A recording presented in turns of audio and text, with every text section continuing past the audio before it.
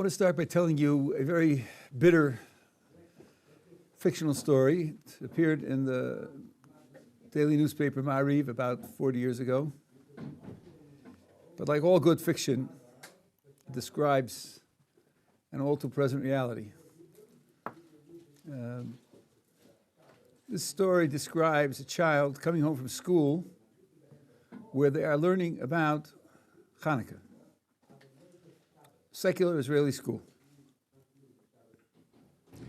And he says to his father, Abba, were the Maccabees Datiyim, religious Jews? So his father says, no, of course not. The Maccabees were military heroes, revolutionaries, fighting for freedom and social equality. They weren't Datiyim. So the child says, but Abba, they taught us in school that the revolt was triggered by the offering of pigs in the temple, and that the revolt was started by Kohanim, who felt that this was a desecration of the temple, and in the end, they lit the menorah, and that's why people light candles on Chanukah, because of the menorah that was lit in the temple. So his father thinks, and he has to backtrack, and he says, well, I guess they were that team. I guess they were religious. So the child says, Abba, do you think that they kept Shabbat? The father says, well, I guess if they were Datiyin, must have kept Shabbat. And Kashrut, and the holidays, and he goes through a list of standard mitzvos. And the father has to agree that they probably did. And then the child says to his father, Abba, we don't keep Shabbat, do we? And the father, of course not. It's old-fashioned, it's superstitious, it belongs to the Middle Ages, it's antisocial, and so forth and so on. And we don't keep kashrut either. No, cheeseburgers are wonderful. And he goes through the various holidays, various mitzvot, and of course, the father has to admit that they don't, and he's proud of it, that they don't keep those mitzvot. Finally, the child says to the father, Abba, if we had lived in those days, which side would we have been on? Would we have been on the Jewish side or the Greek side? What do we look more like in today's contemporary Israel? Do we look more like classical Judaism or more like classical Greece? And that's the end of the story with that question. Now, Ma'ariv was and still is a secular daily, so it was quite brave of them to print that piece. I don't know if it could be done today. It was done 40 years ago when the world was more open and less politically correct. But I think it raises a serious question about how to understand contemporary Israeli society. And that is one of the questions that we will discuss over this week. We'll have a chance to talk a little bit about Zionism. I want to give one illustration also that would be worthwhile thinking about. Every few years in this country, there is an international sports competition called the Maccabean Games. Who invented international sport competition? Who invented that? What culture invented that? Ancient Greece. Okay. Now, the last time I checked, the Maccabees were the people who fought to push Greek culture out of this country. Okay. So now let's put two and two together and try not to get six. The Maccabees who fought against Greek culture, and now we have a contemporary expression of Greek culture, international sports competition. So what title do we give it? The Maccabean Games. The mildest term I can think of is irony. I can think of more severe terms to describe this. This belongs to a certain category of activity. The activity is called propaganda. And here's how propaganda works. You take a term which has honorific associations for a population, and you apply it to the exact opposite of what it's supposed to designate, so as to borrow the honorific associations for the opposite of what it's supposed to designate. The Maccabees fought against the Greeks. Today you have a celebration of Greek culture. So you take the name, which has high honor in Jewish society, Maccabee, and you apply it to an expression of Greek culture. Something, I wouldn't even say it's odd, because the world is full of propaganda. But when you're aware of that and you think it through, it begins to give you a certain sense of perhaps distance that one ought to have from some of the ways in which the contemporary state of Israel and the culture of Israel presents itself. This is just a headline, and as the week goes on, we will talk about this in detail. I want to make a second introductory remark. Many people are talking about Athens versus Jerusalem, and the Greeks versus the Torah. I think there's a trap that I would like to not to fall into, and that is to paint this as an absolute confrontation. And of course, everything in the Torah is right and good and true. That's correct. And then the conclusion will be that everything on the Greek side is wrong and bad and must be negated, and that's incorrect. That's incorrect. It's not an attitude that the Torah has towards anything, and in particular, it's not an attitude that the Torah has towards Greece. Because when the children of Noach are having their futures described, and this is prophetic, the verse says, Yaft Elokim Yefes, Vishkim Ba'ol Hashem. God should enable Yefes, who's one of Noach's children, and whose descendant is Yavan, Greece. God should give him the ability to develop. He should develop, grow, and he should dwell in the tents of Shem. Shem is the progenitor of the Jewish people. So that the oral tradition takes as applying particularly to Yavan, Greece, who's a child of Yefes, that he should grow and he should develop, spread his understanding and his expertise, but he should dwell in the tents of Shem, which means that you cannot simply categorize it as evil. The tradition calls it darkness, but even darkness has its role. The world started with darkness, and light came into a world of darkness. And they still both function in the world, even though they had to be separated, but they both function. That means that the challenge is to find something in the world of Yefes, of Greece, which is positive, together with hewing out the negative and discarding it, criticizing it, discarding it. One has to identify what's positive and show a way in which that can play a role in the tents of the Torah. The Gemara says, if you are told that the non-Jews of the world have wisdom, believe it. It's true. It's true. Chochmah. Chochmah is a very strong term in our tradition. They have chochmah. If they tell you that they have Torah, don't believe it. The rough difference is, wisdom is a means. Understanding of how the world works is only a means.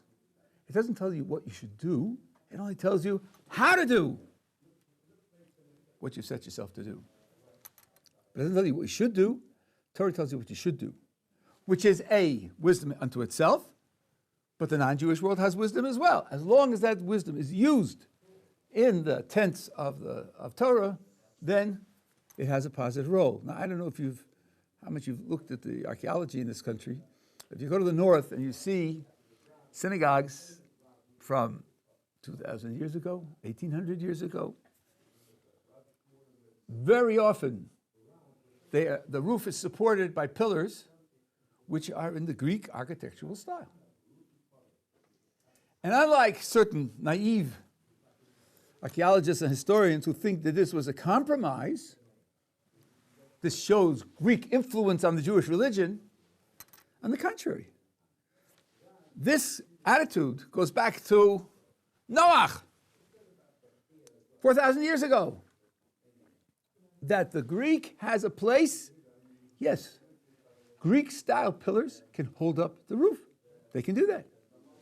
They don't tell you what you should do there, what should take place there, but they can be used for the architecture of the building. That's contributing a means, but not taking over the ends.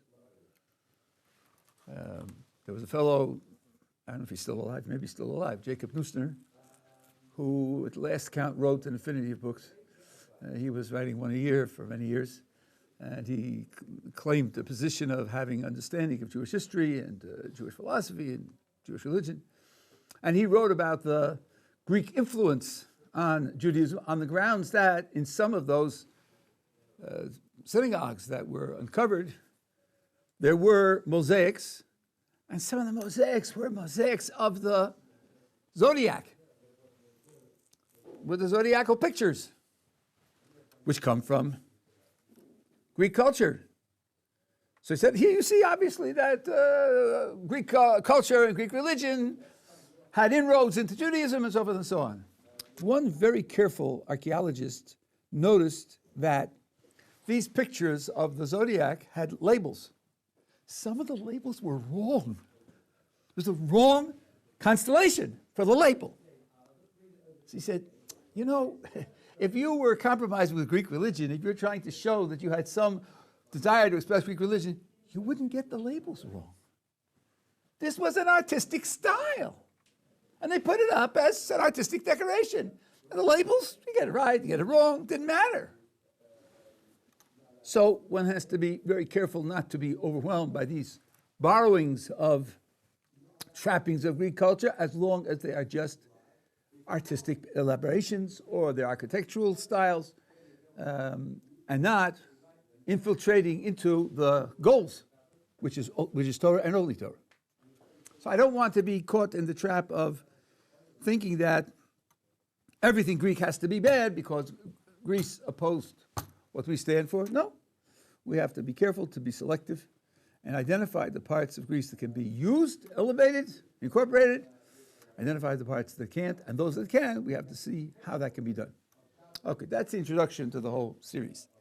Now, I want to start with a key piece of Greek philosophy. This comes to fruition in Aristotle. Roots are in Plato and Socrates, but it comes to fruition in Aristotle. And it is a very radical idea. And here there will be a great opposition. And that is the status of nature. In Aristotle's philosophy, nature is everything. Nature is everything. Everything that exists is natural. There are laws of nature, and the laws of nature govern everything. Nothing escapes nature, even though the laws aren't universally deterministic, but nature is everything. There's nothing that transcends nature. You may read, if you read some excerpts from Greek philosophy, I'm not recommending this, but if you happen to, you'll see that they mention God. Careful translators write it with a little g. God in that corpus does not mean creator. There's no creator. The world has no beginning. For Aristotle, the world has no beginning. It goes back forever and will continue forward forever. And it runs on certain principles, and those principles have always been running the world and will always be running the world. There never will be any overall change in the structure of the world. Now, different areas of the world are under the control of different types of nature, different aspects of nature. The heavens, which are very regular, repetitive, and for the Greek, unchanging. The Greek picture of the heavens is that they never change. They're constant, universal, always have been and always will be the same. Has anybody here heard the word quintessence? Anybody have a clue what quintessence means? Quint means 5. Essence means essence. Surprise. The Greek picture of the world was, in our part of the world, there are 4 basic elements. earth, air, fire, and water. Everything that's in the world is a combination of those four elements. Anything that's combined of different elements eventually comes apart. The combination of different elements is inherently unstable, and the stability can be purchased only at the cost of a certain amount of energy. When the energy runs out, the stability is lost and the thing comes apart. Everything falls apart sooner or later because it's a combination of four different elements uneasily cooperating. But the heavens aren't like that. The heavens aren't combinations of different elements. They are a single fifth essence. Quintessence means fifth essence, and the heavens are, each thing in the heavens, the sun, the moon, the stars, all of them are made out of only one essence. Not four elements, but one. A thing that's made out of one has no reason to fall apart. There's no tension. There's no incompatibility. And therefore, the heavens are forever, exactly as you see them, so they always have been, and so they always will be. Only things in the earth all fall apart eventually because they are combinations of these four elements. And of course, they are being recombined by the same forces that put them together. Same forces are continuing to put together. It's a cycle of building up and dissolution that has been going on from forever and continues to go on and will go on in the same way forever. So whatever you want to believe, whatever you want to incorporate, whatever you picture, it's got to fit into the idea of nature. So then why do they use the word God at all? What's God doing for them? Well, the Aristotelian picture is that if you want to explain why things happen, there are four different elements of explanation, four different things you take into account when you explain why things happen. Three of them are familiar to us, as I will describe to you, and the fourth is not familiar because modern science has tried to eliminate it, though some are urging that it should come back in, like Thomas Nagel. You want to know why logs burn. Well, they burn because wood, the stuff they're made out of, wood has certain qualities which enable it to combust, to oxidize, and that's what burning is. That's the kind of stuff that wood is. When you want to explain why something happens, sometimes you explain it on the basis of the material you're dealing with. He lit a match and there was an explosion. Why was that? Because there was fuel vapor in the air, which he was unaware of, and it ignited because that's what fuel vapor does. When you give it a spark, it explodes. That's an explanation on the basis of the size, on the nature of the materials. Now, if you've had this experience, if you travel a lot, you may have this experience, which I've had a number of times. Take out a coin, put it in the slot of the machine, and it comes tumbling out. You think, gee, I wonder what happened. The answer is that you're standing in front of an Israeli machine, and you're using a leftover American coin in your pocket, which looks roughly the same. It looks about the same size, and you mistook it. But the machine doesn't get fooled. It knows it's not exactly the right shape, exactly the right size, so it spits it back. There, the explanations are the basis of the shape of the item, not what it's made of. It could be made of copper or nickel or tin. The machine won't care about that. The machine just care about that it should be the right size and shape. So that's the second type of explanation. A third type of explanation that we're all familiar with is where an event A causes another event. Someone comes home and he sees his big plate glass window in shards and pieces on the floor, and there's a big, heavy stone on his floor, and he thinks, I wonder what happened. And somebody says, are you living within the vicinity of... No, we won't talk about that. That's just politics. Somehow, they asked the current political authorities, maybe there was a gust of wind that lifted up the stone and wafted it through your window. Couldn't be a person who threw it, but a person of a certain... No, we won't talk about that. But obviously, the stone what broke the window. So the stone's motion hitting the window caused the window to break.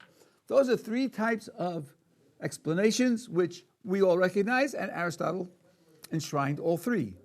But then he had a fourth type. You take an acorn, and you take a seed from a winged seed from a maple tree. You plant them, and guess what? The acorn grows into an oak, and the seed from the maple tree grows into a maple tree. Why do they do that? Because the acorn wants to be an oak. It has oakness drawing it in the future. A goal of oakness draws it to develop in a particular way. Whereas the winged seed from the maple wants to be a maple tree. And it's drawn by the end of mapleness to develop into a maple tree and not into an oak. Things have goals built into them. And that future goal is one of the explanations for why things do what they do. Now, if that sounds unfamiliar, it's because, as I said, modern science banished that. Maybe not correctly, but that's what they did. They opted in favor of past events causing future events. But in the case of human action, we do this all the time. Why did he do that? Because he wanted to get Q. That's why he did it. The getting of Q is what motivated him to do it now. It's the future Q that draws him to act in that direction. This is what's called officially teleological explanation. A telos is an end, a goal, some future state, and that's a fourth way in which things happen. Things happen because future states call them to develop in that direction. Now, as I said, human action, that's the way we talk about human action all the time. Indeed, in Lecha Doidi, which we sing Friday night, there's a phrase, Sof ma'aseh b'machshava tchila, that which is last in action is first in thought. Last in action is first in thought. What kind of item is that? Think of the items that there are in the world. What kind of item could you call last in action and first in thought? The answer is a purpose. A purpose is last in action and first in thought. You ask a kid in high school, what kind of profession do you want to have when you grow up? No, you don't say that because he thinks he's already grown up. But and he says, I want to be a doctor. Oh, really? So what are you doing about it? He said, well, listen, to be a doctor means I've got to go to medical school. Go to medical school means I've got to go to a good undergraduate pre-medical program. So I've looked into the universities that have good undergraduate pre-med programs, like Johns Hopkins, where I used to teach.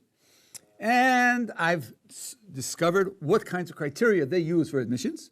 And I'm taking science courses in high school, and I'm doing science projects, and I'm trying to form a relationship with the science teachers and show them how gifted I am and how responsible I am, and so forth and so on, so that I can get into Johns Hopkins and get a good undergraduate pre-med education, get into a good medical school, and then become a doctor. Now look at his what we call malach machshava. Look at his mental flow. The goal is to be a doctor. How do I get there? Well, medical school. How do I get there? Good undergraduate program. And how do I get there? A good high school record. And that's what he's working on now. And in 2 years, he'll go to Johns Hopkins. And 4 years later, he'll go to Johns Hopkins Medical School. And 8 years later, he'll become a doctor. So becoming a doctor was first in thought, but last in action. That's what a purpose is. That's a typical way to explain human action. Now, Aristotle saw that functioning in the world as well. I told you about the acorn and the maple. Animals want to survive, and the survival and reproduction is what draws them to act in the way that they do. And not only that, not only the individual things have purposes built in, but the world as a whole has a general purpose built in, and that general purpose is that the functioning of each thing and its relationships to everything else should be idealized. That's a goal built into the world. Some of the things that happen in the world are the result of that idealized goal pulling things forward. That's G-O-D with a little g. That's part of nature. Not beyond nature, doesn't dictate to nature, it's part of nature. I don't know if you follow the evolution wars and the intelligent design wars, but one of the great thinkers of our time, Thomas Nagel, who happens to be Jewish, and for these purposes, happens to be beneficial that he's Atheistic because he's a great critic of standard evolution. And if you're religious, then they would dismiss him as a crank. But they can't dismiss him because he's a top-notch philosopher. And he wants to revive this Aristotelian idea. It's not enough to talk about X pushes Y and Y falls on Z and Z cracks and breaks, and then that trips the alarms and so on and so on. It's not enough to talk about that. You have to talk about the world developing towards certain ends naturally as part of nature. And he says, I know that someone with a religious point of view could use my argumentation to get a different result. I know that. But I'm not religious. I don't want to follow that line. So I want to try to mimic it within the world and use this idea of an end drawing things forward. And yes, it's a resurrection of Aristotle. Quite right.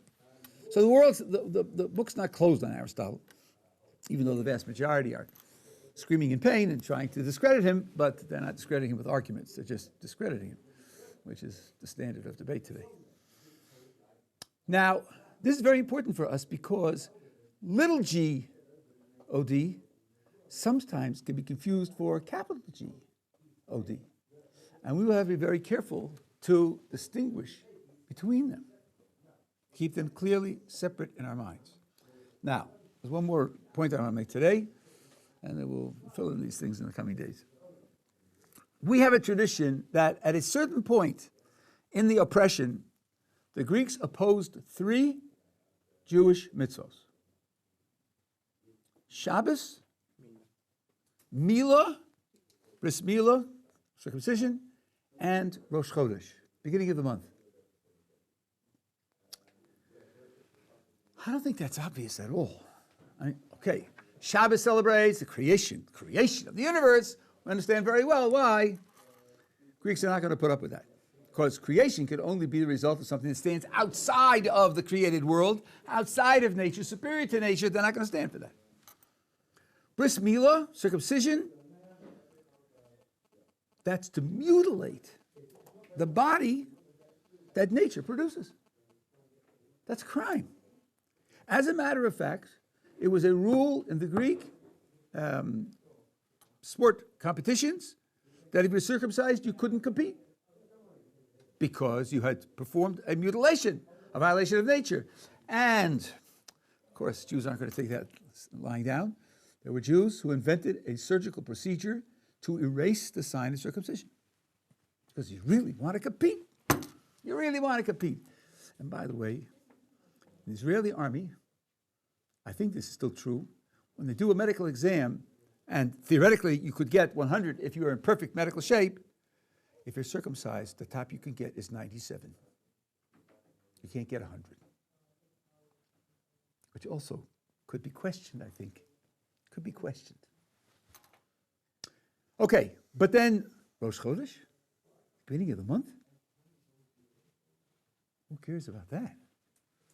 Why would that be the third choice of something that the Greeks want to wipe out? The Greek attitude here is this. You have a religion, you have holidays, that's fine. We have a religion also. Any holiday, any mitzvah that you have that can be naturalized, that can be reinterpreted as an expression of nature, we're prepared to tolerate. You had a revelation. Your God told you what he wants you to do. We have gods also. And they tell us what they want us to do. That doesn't mean it can't be part of nature. The idea that the God communicates to his people and tells them what he wants to do is not necessarily beyond nature. You have Pesach, which is a liberation day. Terrific. You were slaves. Now you're liberated. You're celebrating your freedom. There's no reason why that can't be natural. You have laws of kashrus.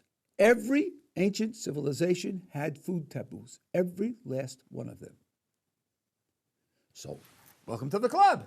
The fact that you have food taboos doesn't mean that you're doing something to transcend nature.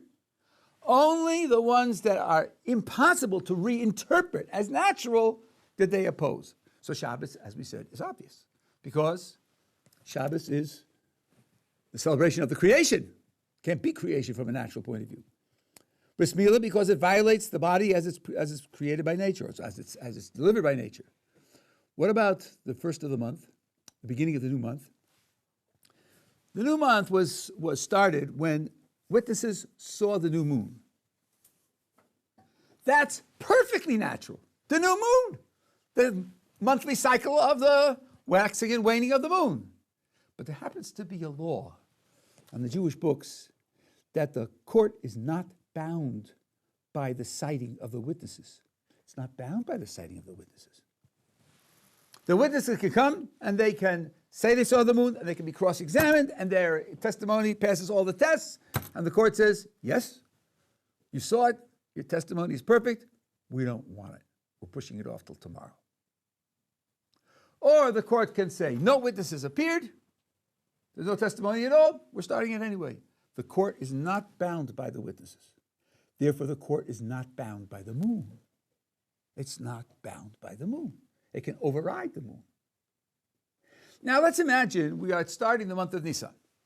In the month of Nisan, we celebrate Pesach. Pesach is the 15th of Nisan. Pesach is the anniversary of the Exodus from Egypt.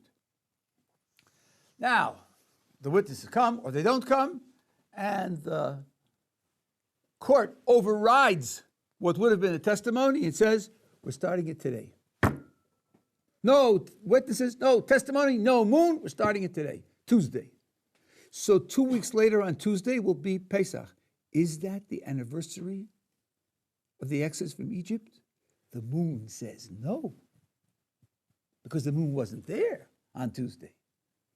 And the court says yes. That means, according to Jewish law, the court has control of time. The court can create dates. Time is under the control of the court, not under the control of the moon, but under the control of the court. The Greeks weren't stupid. They saw that. They understood that. And they said, we can't have that. We can't have that. If you would make your dates out according to the moon, that would be fine.